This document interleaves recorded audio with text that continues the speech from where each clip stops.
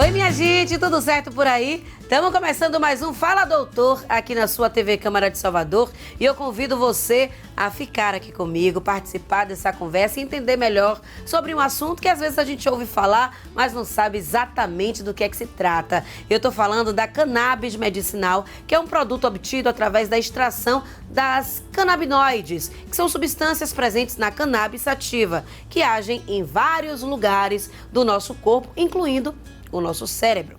Embora a cannabis e a maconha sejam frequentemente usadas como sinônimos, a forma medicinal da planta é cultivada e processada especificamente para fins terapêuticos e não tem nenhuma relação com o uso recreativo, viu? Diante dessa falta de informação, de tantas informações desencontradas, eu fui até o consultório do Dr. Túlio Alves. Ele é doutor em anestesiologia, com atuação no tratamento da dor, e a gente vai entender um pouquinho mais sobre esse assunto. Pronto, pessoal, eu já estou aqui com ele, Dr. Túlio Alves, e também com a surpresa, Cristiane Guimarães, que é sua paciente já há mais de 10 anos, e a gente vai ter essa conversa justamente para explicar e quebrar certos paradigmas em torno do canabidiol. Olá, doutor, tudo certo? Tudo certo, é um prazer estar aqui recebendo para a gente fazer, juntamente com nossa paciente Cristiane, esse debate aí sobre um tema tão importante. Pois é, e a gente sabe que a sociedade ainda tem muitos preconceitos, faz certas associações equivocadas quando o assunto é esse, né? O uso do canabidiol de forma medicamentosa. Então eu queria que o senhor explicasse o que é o canabidiol, quais são os benefícios desse elemento. Mas é uma pergunta muito bacana, né? Porque nos leva exatamente a colocar esse preconceito que existia muito no passado e hoje menos, né? Felizmente. Mas o canabidiol, ele é um princípio ativo de uma plantinha que nós chamamos de cannabis. Aí nós temos várias espécies, cannabis sativa, cannabis ruderalis, etc. Então, o canabidiol é um dentre 90 fitocannabinoides, ou seja, 90 substâncias parecidas com o canabidiol. Eu gostaria de realçar o THC, que é muito conhecido, e tem sido assim muito atribuído ao THC certas propriedades até injustamente. Mas o canabidiol, o THC e outros 90 fitocannabinoides são, na verdade, produto dessas plantinhas e que têm sido muito úteis na medicina. Por quê? Porque esses fitocannabinoides, essas substâncias, ajudam a controlar determinados sintomas de determinadas doenças que as medicações mais convencionais não fazem ou não fazem com tanta eficácia. Então, por exemplo, o controle da ansiedade, o controle da insônia, então o canabidiol, o THC, o canabinol e outros são muito úteis para controlar a insônia. Eles têm um efeito relaxante muscular, eles têm um efeito ansiolítico. Imagine nós que tratamos a dor crônica. Um dos grandes componentes da dor crônica é a ansiedade, insônia, irritabilidade. É aí exatamente que entra o canabidiol.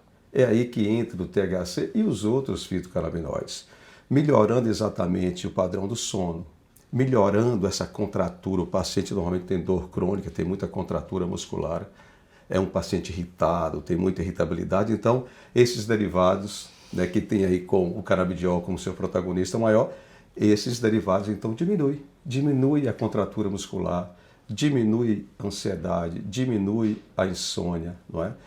E tem um efeito, ainda que leve, mas também um efeito analgésico, né?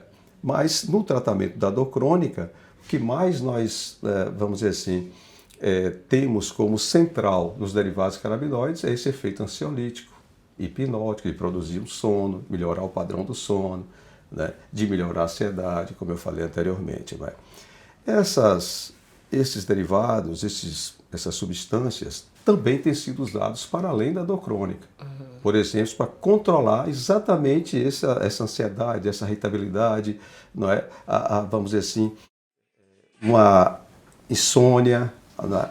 No paciente, por exemplo, que tem transtorno do espectro autista. Então, às vezes, a gente vê um paciente autista, mas um paciente assim, muito hiperativo.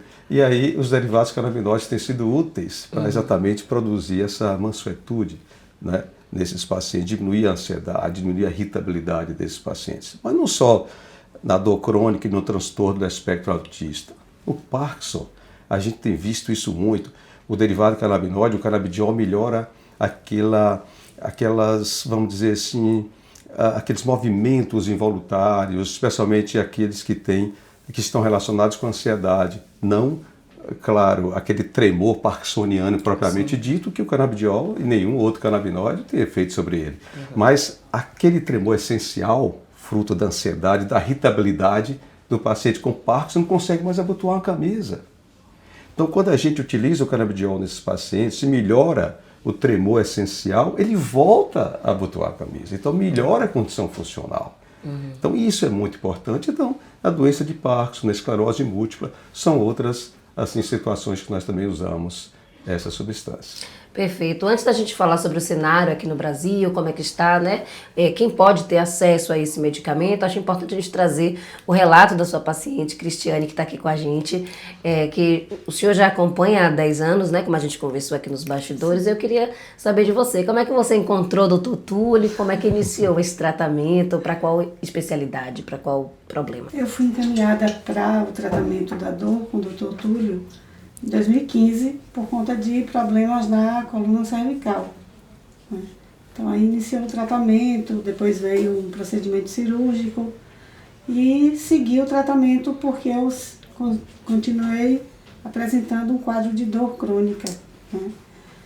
E usava medicamentos que eram medicamentos farmacêuticos, mais comuns, para tratar tanto a dor quanto a ansiedade, a questão do sono, a depressão, tudo que veio por conta da dor crônica. Quando foi liberado o uso do canabidiol para fins medicinais, eu comecei a usar, o Dr. Túlio prescreveu, e eu comecei a usar o canabidiol puro, o CBD puro. E usei durante algum tempo. Ele foi assim, chave porque me deu qualidade de sono, controle da ansiedade também, mas com o tempo o Dr. Túlio viu que eu podia usar, que seria melhor usar um outro.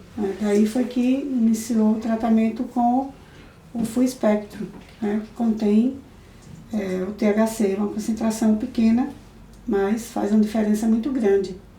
E assim, a partir do momento em que eu comecei a usar o canabidiol, desde o momento em que eu usava o canabidiol, só o CBD, outros medicamentos que eu utilizava para o controle da dor crônica e os sintomas de depressão, ansiedade e falta de sono, de um sono reparador, esses medicamentos foram retirados, do meu tratamento.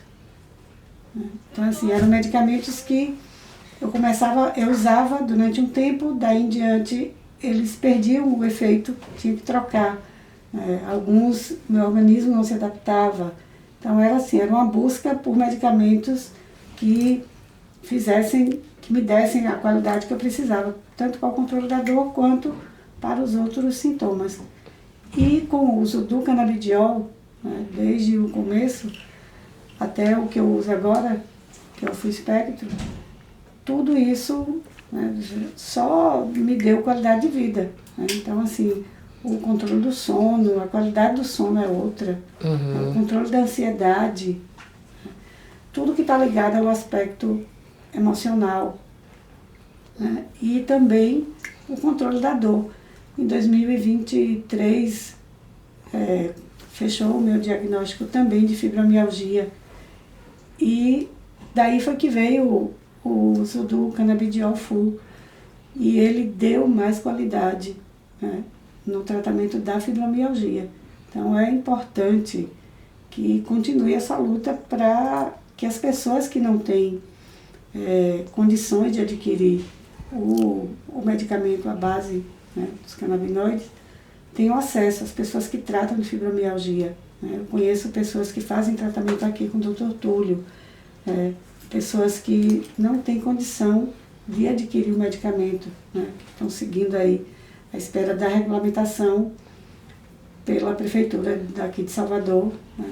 Para ter acesso ao medicamento, porque com certeza é um medicamento que dá qualidade de vida, né? Eu não me vejo mais sem usar o canabidiol, né? E assim, ele não tem efeito colateral, né? Eu não tenho nenhum tipo de não sinto nada, né, de estômago, não tenho nada, efeito, né, nada que prejudique, é só qualidade. A questão ainda é o custo, né? Eu sou privilegiada por poder adquirir, né? Eu sou professora, sou aposentada por questões de saúde, mas tenho como adquirir outras pessoas que estão aí à espera, né?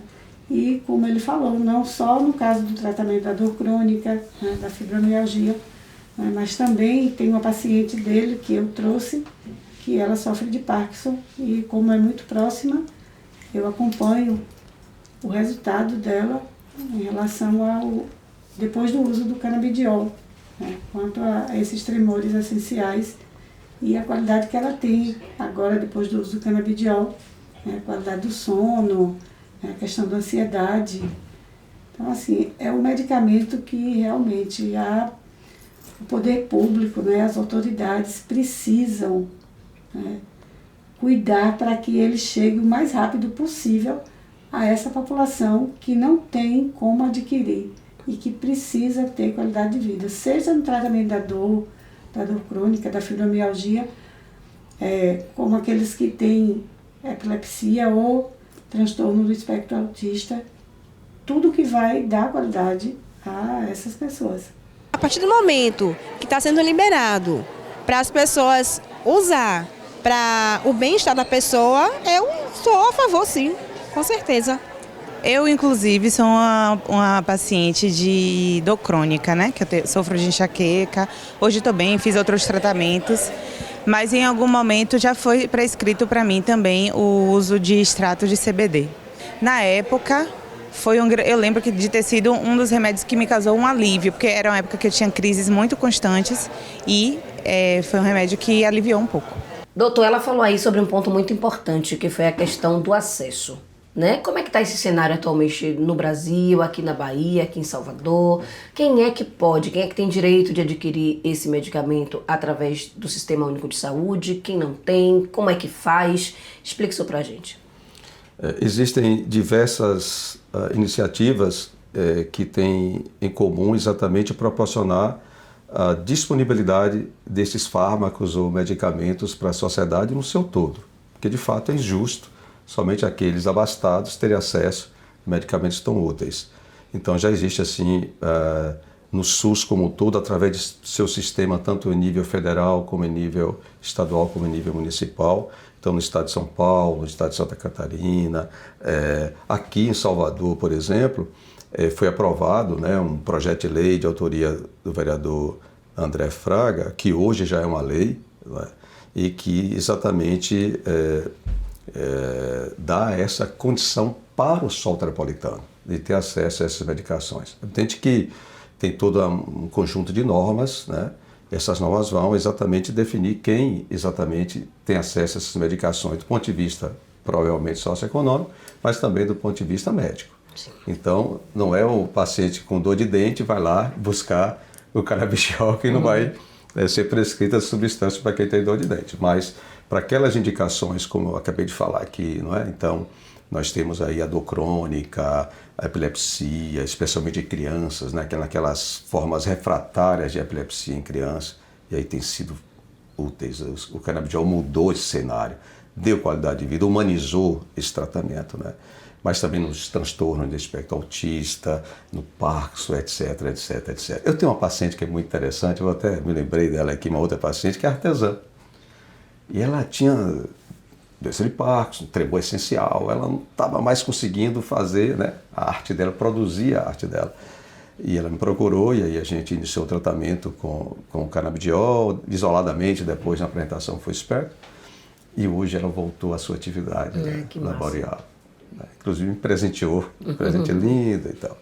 Então, é justo que todas as pessoas tenham acesso a essas medicações. Nesse contexto, e na minha opinião, o mais importante talvez é esse projeto de lei que está lá parado na Câmara de Deputados, que ele seja colocado em votação, que ele seja colocado em plenário. É o projeto de lei 399 de 2015.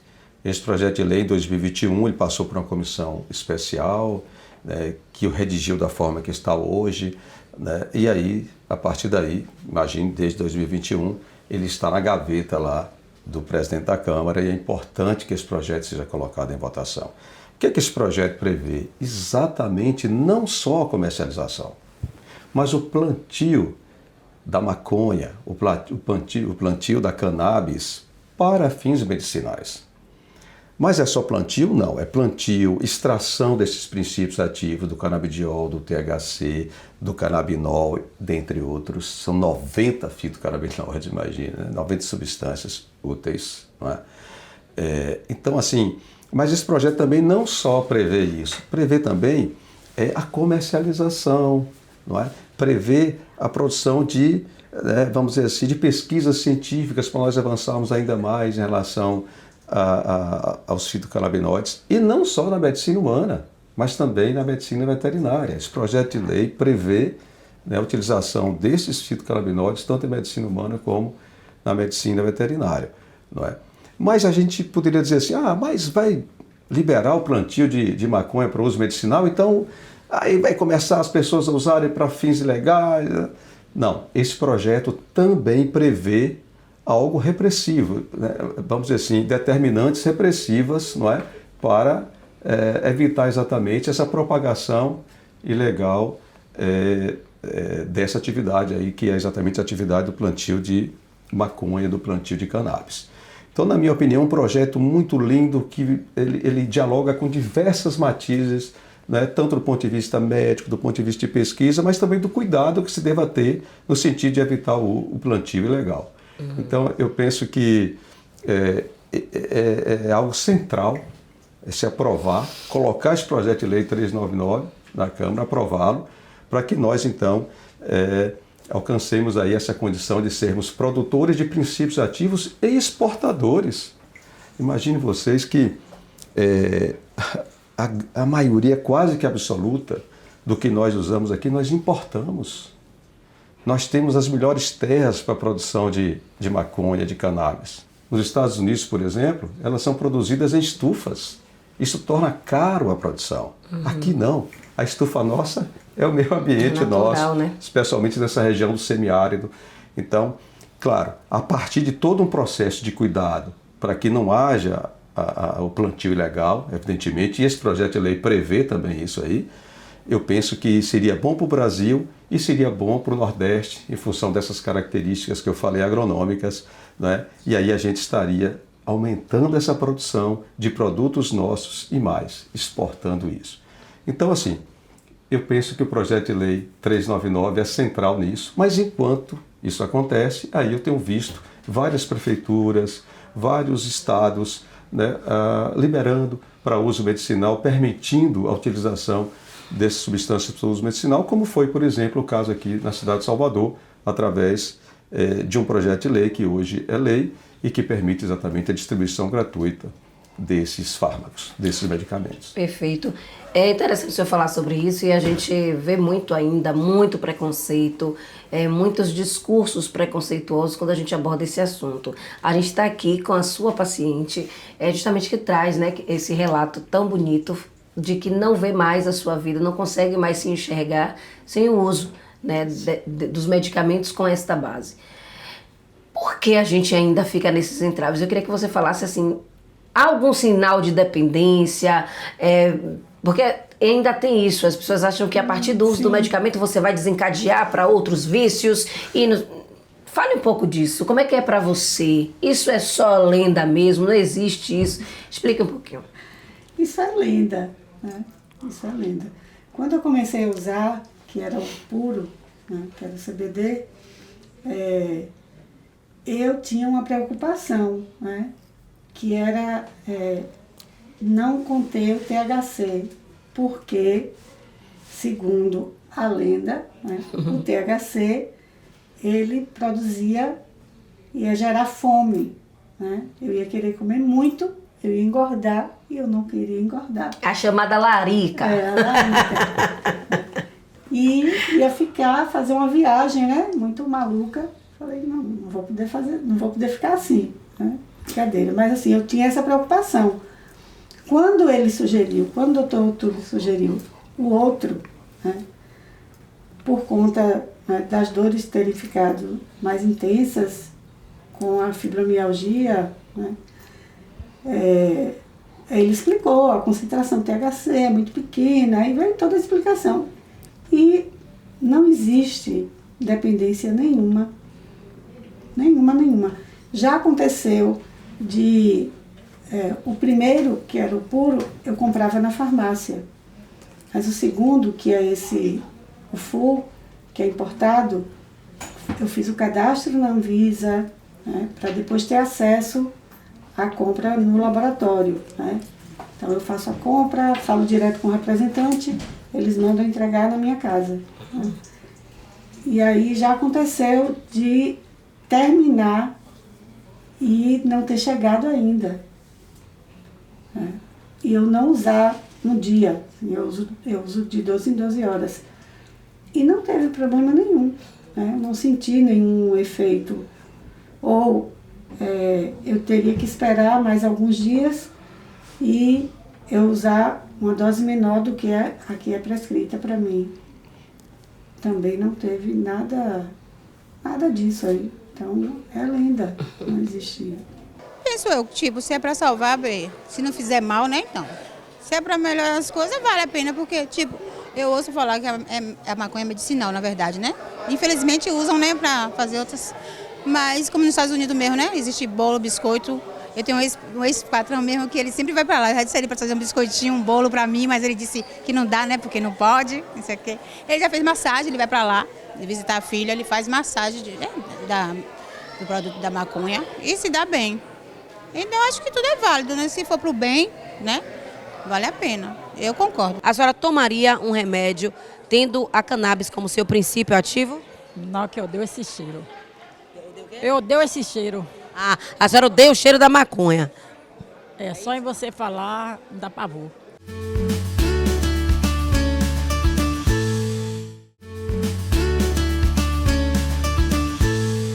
Doutor Túlio, como é que o senhor lida com esse preconceito, né? Assim, o senhor trabalha utilizando essas medicações, utilizando esse princípio, mas eu imagino que inclusive no próprio meio médico haja uma certa aversão ao uso desse medicamento, né? Haja certos comentários. Então, fale um pouco dessa resistência, né? Tanto no meio médico quanto por parte da própria sociedade, por parte dos deputados, né? Que o senhor acompanha de perto esses debates, as proposições. Então, fale um pouco disso, né? Como é que o senhor lida, como é que o senhor tenta conscientizar as pessoas, inclusive, em relação a tantos benefícios e a quebra desses preconceitos?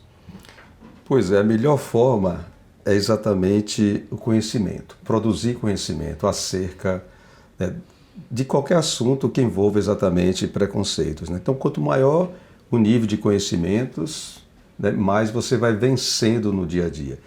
E isso, de fato, está acontecendo, porque se nós fôssemos fazer uma comparação de 20 anos e agora, e eu já sou médico há 36 anos, depois bem de perto isso, é uma diferença muito gritante. E isso aconteceu, essas quebras dessas resistências, desses preconceitos, exatamente com conhecimento. Isso que Cristiane falou, isso é muito importante. O canabidiol, o THC e outros canabinoides podem até produzir algum nível de dependência? Até pode.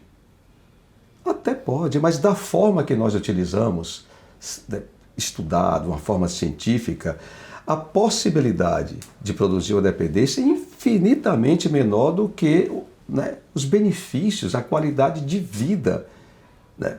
Inclusive, que é um dado muito interessante, que é o fato do canabidiol e de baixas doses de THC diminuírem, é o que eu estou falando, diminuírem o uso de drogas convencionais. Sim. Então, muitas vezes, o paciente que tem dor crônica, o paciente que tem epilepsia, o paciente que tem transtorno do espectro autista, etc., esses pacientes estão usando a polifarmácia, ou seja, uma quantidade muito grande de medicamentos. O que é outro benefício do canabidiol? É que ele vai diminuindo a necessidade desses outros medicamentos. Por isso mesmo que foi muito utilizado, e tem sido muito, e vai ser ainda muito utilizado o canabidiol naquelas formas refratárias de epilepsia em crianças. Porque a criança dá também à sociedade um pouco mais, né, de visibilidade, porque aquela criança sensibiliza mais as pessoas. Então foi preciso, né, associações, sociedades, colocar as crianças num sofrimento brutal de epilepsia, de convulsões, a cada meia hora, 1 hora tinha uma convulsão. Isso é um negócio absurdo. Então quando o canabidiol, quando o THC, eles foram então inseridos nesse contexto do controle, inclusive da epilepsia, daí deu qualidade de vida. Então, esse efeito, lá, como eu falei, o efeito ansiolítico, diminuir o tremor essencial. Imagine o que é um artesão voltar a ter a sua atividade laboral. Né? Um paciente com Parkinson, não conseguia mais abotoar a camisa, voltar a abotoar a camisa. Isso é um ganho, né, imensurável. Né? Então, esses efeitos benéficos do canabidiol, do THC, superam possíveis efeitos, né, colaterais. O paciente pode ter, muitas vezes, sensação de boca seca. Sim. Ele relata isso para mim: doutor, estou com boca seca, mas 3 dias depois, 7 dias depois do início do uso, passa esse efeito colateral. Não é? Imagine, o potencial de dependência do canabidiol, o canabidiol THC, em torno de 6,9%. Se a gente botar aí a nicotina, o cigarro, é mais de 30%. Não é? É algo que está aí, a diferença é abissal. É abissal. Né? Lógico, aí às vezes também existem as deturpações das coisas, né? Por outro lado. Então, estão querendo inserir também o canabidiol nessa perspectiva do vape.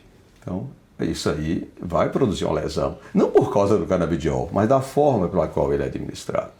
Né? Nem canabidiol, nem nicotina, nem ninguém tem que ser usado dessa forma. Isso é um horror. Isso vai lesar os alvéolos, vai lesar o pulmão do paciente. Não é?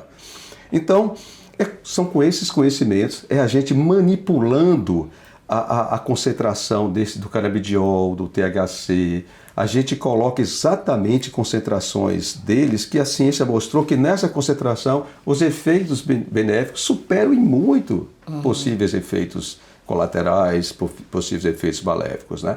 E quando a gente também junta o fitocannabinoide, como canabidiol, THC, canabinol, né?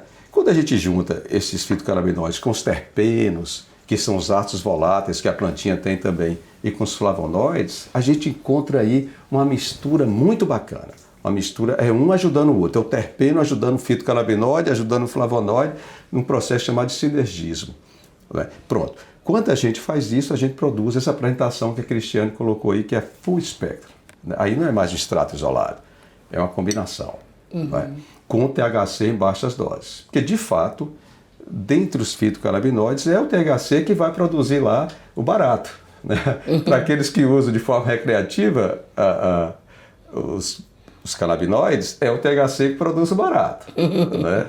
Aquela viagem, né? Tem viagens boas. A brisa. Né? O good trip, mas também pode produzir o bad trip, a viagem ruim, aquela viagem. Mas aqueles que buscam o uso recreativo, claro, eles focam em cima do THC, que é a substância que vai produzir esses efeitos, né, dessas viagens, desses baratos aí no organismo. Né? Já o canabidiol não. Ele não tem essa propriedade. Então, se eu usar isoladamente o canabidiol, esqueço que não vai produzir barato. Ninguém vai conseguir. O THC já dá. Mas o que é que a gente faz? A gente usa o canabidiol muitas vezes com concentrações bem baixas de THC. Né? Então a gente vai modulando, né, digamos assim, a concentração desses fitocannabinoides, tudo para produzir uma substância que é isso que vai melhorar a qualidade de vida das pessoas, inclusive na perspectiva de reduzir medicamentos que as pessoas vêm usando aí anos a fio. E não se dão conta muitas vezes que isso é uma droga muito mais prejudicial do que um medicamento à base de canabidiol. e dos outros componentes, né, dos outros elementos. O senhor falou sobre boca seca. É possível ter algum outro tipo de efeito adverso no início ou durante aí o uso desse medicamento? É sim. A gente tem visto, em baixa frequência, mas tem visto, por exemplo, sonolência. Né? No início do tratamento, nos 3, 5 primeiros dias, o paciente pode referir para nós, doutor, eu estou dormindo um pouquinho mais, eu estou durante o dia, né, sonolento ou sonolenta, ok? Isso pode acontecer. Então, sonolência, um pouquinho de tontura, não é? Sensação de boca seca são sim efeitos colaterais que podem ocorrer, especialmente no início do tratamento e que vão desaparecendo com a continuidade desse tratamento. Você teria preconceito, ficaria resistente se fosse lhe oferecido um remédio à base de cannabis para tratar algum problema de saúde seu? Não, porque é questão de saúde, entendeu? Se é uma questão de saúde, para minha cura, eu realmente usaria, mesmo que estivesse relacionado à maconha, porque ia ajudar no meu benefício da minha saúde, no meu dia a dia. No Brasil, poucas pessoas ainda têm acesso, né? Em alguns estados isso já é possível, aqui em Salvador já tem uma lei que prevê que seja distribuído pelo SUS, mas os remédios ainda são muito caros, em torno de R$700, então só as pessoas que realmente ganham muito é que conseguem ter acesso. Você acha isso um problema? Você acha que é por puro preconceito? É uma questão de desigualdade? Como é que você vê esses valores tão altos? Eu acho que é questão de desigualdade, entendeu? Porque a pessoa que é da favela, da periferia, muitas vezes não tem condição, porque tem contas para pagar, filhos, e não tem a condição para dar R$600 num remédio desse. Então, acho que o governo, os órgãos, poderiam dar esse remédio gratuitamente. Eu acho que é preconceito e falta de conhecimento. Porque se é uma coisa que é para a saúde, que é para melhora, que é comprovado cientificamente, que é para melhora da gente, acho que não tem problema nenhum em tomar esse remédio. O que for para salvar a vida, para melhora, acho que tem que ser aprovado. Eu particularmente aprovo e compraria sem problema nenhum. Muito bem, a gente está conversando, você que ligou a televisão agora, esse é o Dr. Túlio Alves e aqui a sua paciente Cristiane Guimarães, quase não sai, mas eu lembrei. Cristiane Guimarães, que está aqui trazendo seus relatos, suas vivências a partir do uso desse medicamento que é tão importante e que a gente precisa romper, né, com essas barreiras. É por isso que a gente está abordando aqui neste programa, inclusive também com alguns relatos das ruas, as pessoas também trazendo seus depoimentos e suas ideias acerca dessa medicação. Eu queria que o senhor falasse sobre avanços, né? O senhor citou aí durante a entrevista, se a gente pensar 20 anos atrás, para o cenário que a gente tem agora. Quais são suas perspectivas daqui a 10 anos? O que é que você espera que aconteça em relação a isso? E você também, tá? Eu quero que vocês dois tragam essas perspectivas em relação a esses tratamentos. De que forma a gente pode avançar? De que forma você espera que a gente avance, que a gente esteja daqui a 10 anos? E como é que você espera estar daqui a 10 anos? Pois é, eu espero exatamente uma situação muito melhor do que a que nós temos hoje e do que nós tivemos há 20 anos atrás. Exatamente porque nós estamos o tempo todo produzindo conhecimentos acerca dessas substâncias, né? São esses conhecimentos que vão lá vencendo os preconceitos, né, as resistências, né? E algo muito interessante que eu espero também. Por isso que eu acho que essa provocação que você me fez foi muito útil, porque também, por outro lado, a gente não pode indicar essas substâncias para qualquer condição, porque nem tanto lá 20 anos atrás, não é que era proibido, aquela coisa proibicionista, como também não pode ser, pelo que eu estou vendo, um certo vetor do futuro, se a gente não tiver condição de brecar isso, né, entender que o canabidiol, os derivados canabinoides possam ser prescritos para tudo. E isso não é verdade. E a gente tem visto, na verdade, aí sim, um vetor desse tipo de indicação que nos parece uma hiperprescrição, ou seja, está se prescrevendo alguma coisa, né, que para esta coisa essa substância não vai ser eficaz. Por exemplo? Por exemplo, vou colocar assim uma condição bem... Tem gente usando canabidiol para ficar bonito. Gente. Como algo estético. Gente. O conceito de beleza é um conceito tão amplo, né, que não deveria se resumir a uma substância. Aí será que é passar no rosto? Existe uma série de apresentações tópicas e etc. Então aí eu já acho que, de fato, é exatamente esse futuro que vai nortear essas indicações, as melhores indicações. Então, eu penso que o futuro vai nos reservar isso que a ciência, que os trabalhos científicos que estão saindo muito com qualidade agora, estão nos mostrando. É esse efeito ansiolítico. Então, consolidar esse efeito ansiolítico. Então, ao invés de usar aí benzodiazepínicos, né? Ao invés de usar aí, tem alguma substância chamada de Rivotril, Valium e tal, isso produzem muita dependência, né? Produzem síndrome de abstinência, tolerância, etc. Nós pensamos em usar uma substância, né, que tenha esses efeitos em muito menor grau.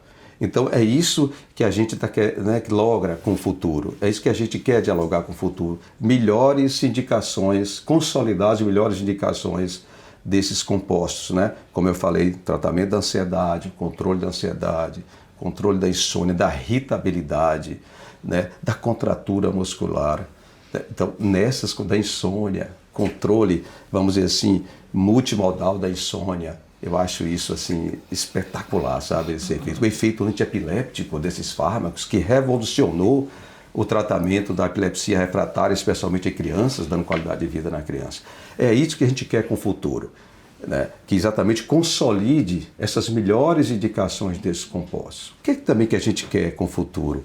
Que a gente, especialmente aqui no Brasil, em função de um ambiente muito, vamos assim, benéfico que nós temos, um ambiente natural, né? Aqui é como se fosse uma estufa natural, de que esse futuro também dialogasse com essa capacidade nossa de produzir medicamentos, né, com várias estratégias, extrato isolado, uma combinação de THC com CBD, uma combinação de THC com canabinol, com os outros 80 fitocannabinoides. Olha como nós temos o que avançar em relação a isso. Então, na verdade, o que eu espero do futuro é essa melhor, vamos dizer assim, condição farmacológica da indústria farmacêutica de produzir produtos cada vez mais eficientes e mais acessíveis para a sociedade, porque eles ainda estão caros. Então, com a maior produção, um volume maior de produção, certamente a gente vai baratear. Então, na verdade, é isso que eu logro com o futuro, é consolidar as melhores indicações, expurgar certas indicações que não tem nenhum tipo de embasamento científico e, claro, produzir maior quantidade, melhor qualidade para que todos tenham acesso a essas medicações. E você, Cris, como é que se vê daqui a 10 anos em relação ao uso do seu medicamento, em relação à sua saúde? Bom, em relação ao uso, eu espero continuar com qualidade de vida, né? Cada vez mais, né? E podendo adquirir, né? Quanto à questão da sociedade, eu espero que o Brasil continue, né, avançando em relação aos estudos, né, a pesquisa e a aceitação, né, que, pelo amor de Deus, não haja nenhuma regressão na nossa sociedade quanto a tudo isso que envolve o uso dos canabinoides para uso medicinal, né? Principalmente para quem trata de dor, né, de dor crônica. E um ponto interessante que ele falou aí, as crianças que têm um quadro de epilepsia, né? Uma de minhas filhas, hoje com 29 anos, até os 6 anos ela teve epilepsia. Uhum. E na época já se falava em chá de maconha. Meu pai disse que é bom chá de maconha, falava até com o neuropediatra que acompanhava. E o neuropediatra dava risada e dizia, dizem que mas não tem nada científico, né? E hoje nós vemos justamente a comprovação.